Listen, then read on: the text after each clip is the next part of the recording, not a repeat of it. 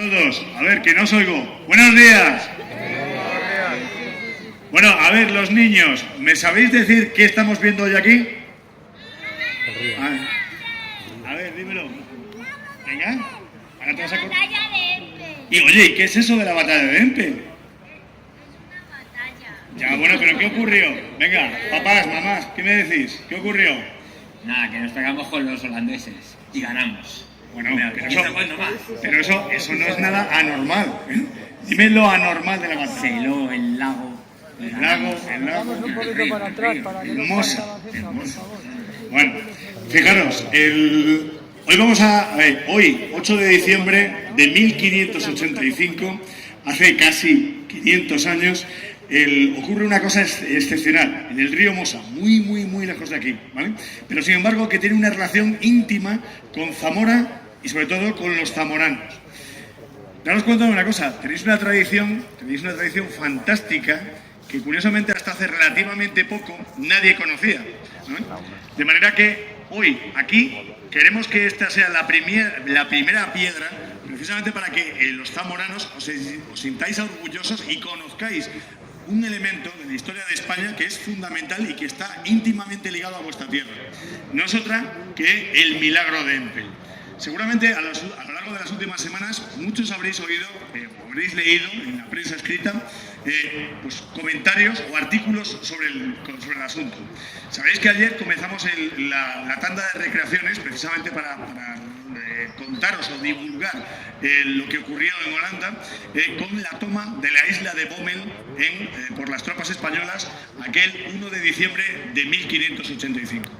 Para todos aquellos que no estuvisteis, voy a hacer una síntesis, básicamente, de lo que ocurrió ayer y de lo que va a ocurrir a lo largo del día de hoy. Fijaros, a lo largo de esa guerra de los 80 años que va a enfrentar a España con las 7 provincias del norte de Holanda, aquellas provincias que querían revoltosas, que querían una independencia de aquella España imperial y que no solo querían la independencia, sino también querían tomar el sur de Holanda precisamente para, bueno, no solo de Holanda, mentira, sino Flandes entero. Sabéis que Flandes estaba integrado en aquel momento por 4 zonas que ahora están divididas. Es Luxemburgo, el norte de Francia, Cambrai, Arras, Dunkerque, Lille, es decir, que era parte también del Imperio Español, Bélgica, por supuesto, y toda Holanda. Bueno, pues de aquel conjunto de zonas, tan solo las 7 provincias del norte de Holanda se sublevan contra el Imperio Español. Ellos consideran que efectivamente el luteranismo, el que ellos abrazan de buena fe, ¿vale? Bueno, de buena fe, por motivos un tanto expurios, básicamente, porque una de las cosas que expliqué ayer y que os voy a volver a explicar hoy, es que Flandes, ¿vale? Sobre todo Amberes, por supuesto Ámsterdam, La Haya y Utrecht, eran un centro neurálgico del comercio de la época.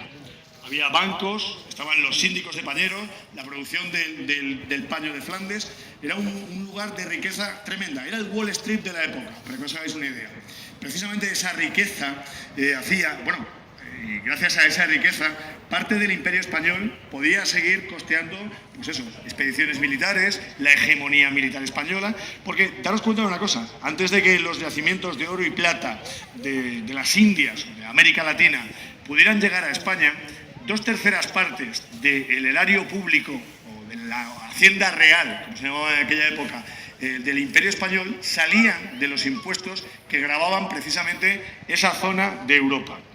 Ya os podéis imaginar que precisamente esa presión fiscal a la que estaban sometidos y sobre todo esa riqueza que emanaba de esa zona hizo que buscaran una excusa, buscaran una vía de escape del control real español que les parecía muy lejano. Precisamente cuando Martín Lutero escribe sus tesis, ellos las abrazan con un cariño especial, buscando precisamente elemento distanciador del resto de la monarquía hispánica, que no iba a ser otro que la religión. Precisamente utilizando la idea luterana del asunto, era contraponerse al control del Imperio Español. Bien, pues va a empezar una guerra que va a durar 80 años, fijaros. Durante esa guerra hay todo tipo de vicisitudes y en determinados momentos a España le va muy bien y en otros les va francamente mal. Lo primero que hace Carlos V, en el momento en que efectivamente estalla la revuelta, es mandar a un personaje que seguro que todos habéis oído hablar de él, que es el Gran Duque de Alba. Nada que ver con la duquesa actual, ¿vale? O la que todos conocéis. Era un señor completamente distinto, ¿vale? Era un señor que, aunque magnífico militar, porque hay que reconocer una cosa, el duque de Alba no perdió ni una sola batalla que libró con los holandeses. Este hombre tenía un problema de carácter muy importante, que era el siguiente: él consideraba que todo el que se levantara contra el rey de España era un traidor.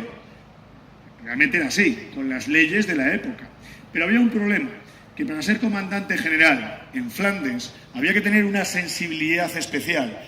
No solo había que mandar con el guantelete de acero, sino también con el guante de armiño. En otras palabras, no solo era una cuestión de aplicar castigos, sino también de negociar. Alba, esta dualidad no la tenía. Él solo entendía el guantelete de acero. Y pese a que esos tercios que salen de Italia para poner freno, digamos, a las tropelías de los luteranos, ¿vale? Pese a que Alba gana todos y cada uno de los enfrentamientos, curiosamente la falta de piedad que tiene con los holandeses va a generar un problema aún mayor que el que ya había. Os pongo un ejemplo. El comienzo de la leyenda negra española, que todos habéis oído hablar, ¿vale? Es real. Eso hay que reconocerlo. Otra cosa es que luego, por motivaciones políticas, esa leyenda se engordara hasta el infinito y más allá. Pero, por ejemplo, os pongo un ejemplo muy gráfico. Cuando el duque de Alba toma la ciudad de Haarlem, ojo, no Haarlem, Estados Unidos, sino Haarlem, al lado de Ámsterdam, cuelga, tras la batalla, o sea, mejor dicho, tras la victoria de Haarlem, cuelga 5.000 holandeses. Eso lo que hizo fue echarle gasolina, o sea, lejos de apagar el motín holandés, lo que hizo fue inflamar los odios contra España, ¿vale? Realmente la falta de capacidad política de Alba nos hizo un flaco favor, porque seguramente si él se hubiera demostrado ser magnánimo, precisamente con aquellos rebeldes, seguramente, teniendo en cuenta que habíamos vencido completamente a los holandeses, ahí hubiera terminado el asunto.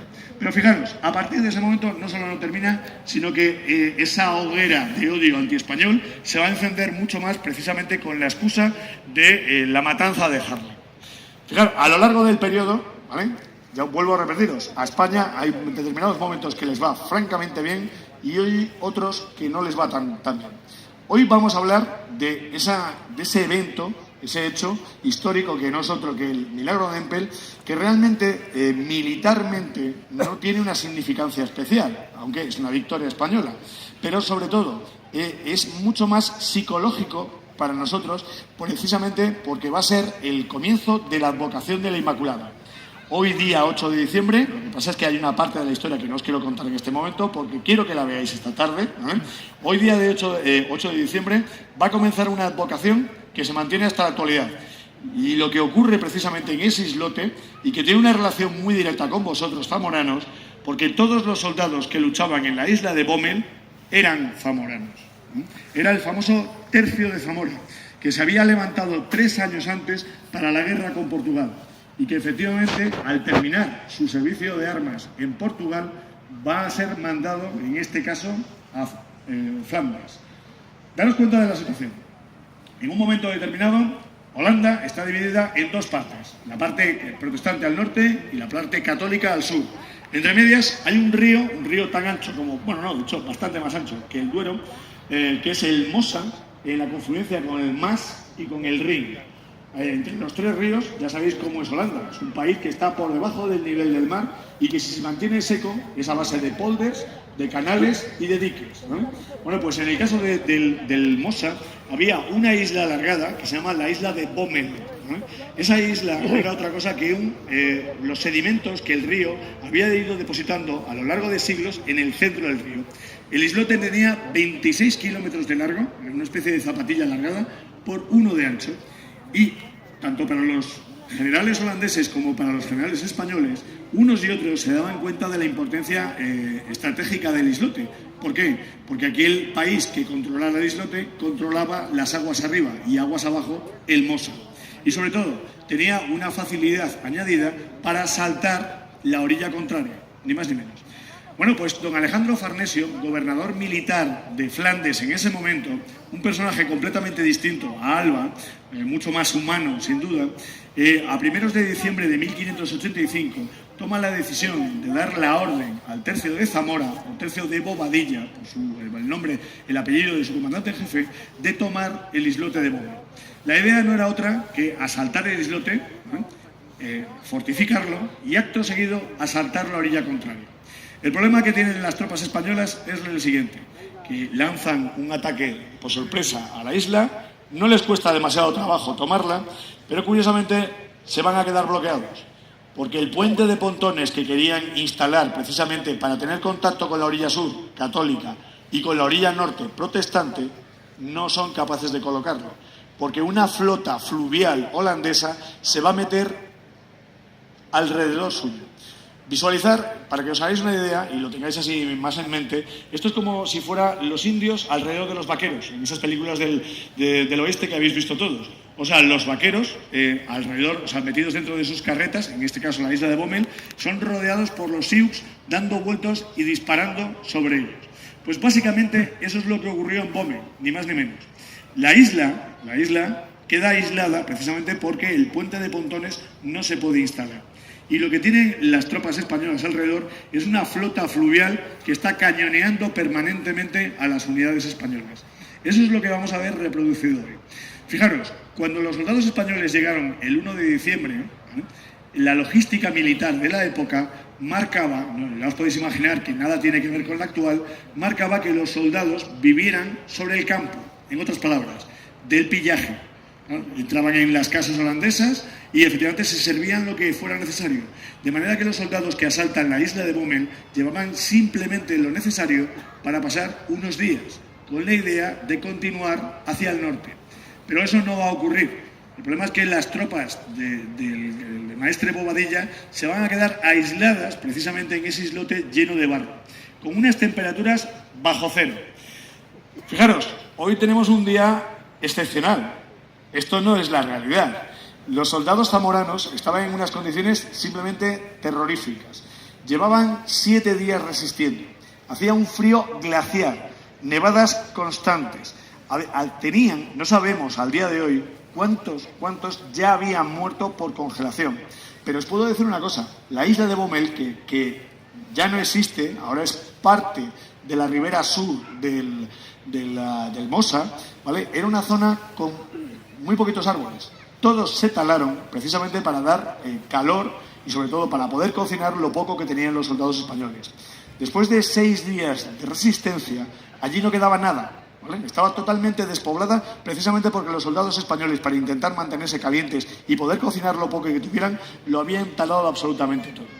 Bueno, pues los holandeses en ese momento se dan cuenta que tienen una gran oportunidad, porque fijaros, el maestre Bobadilla había mandado a tierra firma, a la orilla sur, por la noche, intentando zafarse del control holandés en el río, a un capitán español con un bote, con un mensaje para don Alejandro Farnesio, comandante en jefe de Flandes, pidiéndole por favor refuerzos, que vinieran en su ayuda. Bueno, pues curiosamente el mensaje sí llegó, porque nuestro amigo el capitán llegó al pueblo de Bolduque y lo entregó. Pero el problema es que no había más fuerzas españolas disponibles en Holanda. Y Farnesio lo único que le puede mandar a Bobadilla es apáñatelas como puedas. No tenemos nada más, ¿vale? Cuando el capitán español vuelve al islote, así se lo comunica al maestre. Le dice, señor, nuestro general Alejandro Farnesio os comunica que os tenéis que apañar con las fuerzas que tenéis. Intentad salir de aquí como buenamente podáis porque no va a haber refuerzos. Ya os podéis imaginar que la situación de los españoles era simplemente desesperada. Muertos de frío, muertos de hambre y completamente rodeados. La armada holandesa se movía con total libertad a lo largo del Mosa, ¿vale? Sin embargo, los españoles clavados lo único que podían hacer era soportar estoicamente el bombardeo holandés. Mucha gente me ha preguntado, ¿y entonces por qué no acabaron con ellos? Curiosamente los españoles tenían una ventaja táctica que hoy vais a ver aquí. Esas fuerzas españolas que combatían en la isla tenían 6 piezas de artillería pesadas de campaña que habían llevado precisamente para seguir combatiendo con los holandeses una vez que hubieran cruzado la orilla norte. Con esas 6 piezas lo que hicieron era mantener alejada a la escuadra holandesa, que aunque era más numerosa, los cañones que tenían embarcados eran de un calibre mucho más pequeño. De manera que efectivamente mantuvieron alejada de la isla a la armada holandesa. Y dicho esto, vamos a ver la segunda parte de la relación. Si ayer vimos la encamisada española que tomó el islote de Bommel, hoy vamos a ver el contraataque holandés que va a intentar desalojar a los españoles, jugando al ratón y al gato con esa artillería española que todavía controlaba el río. ¡Que comience la batalla!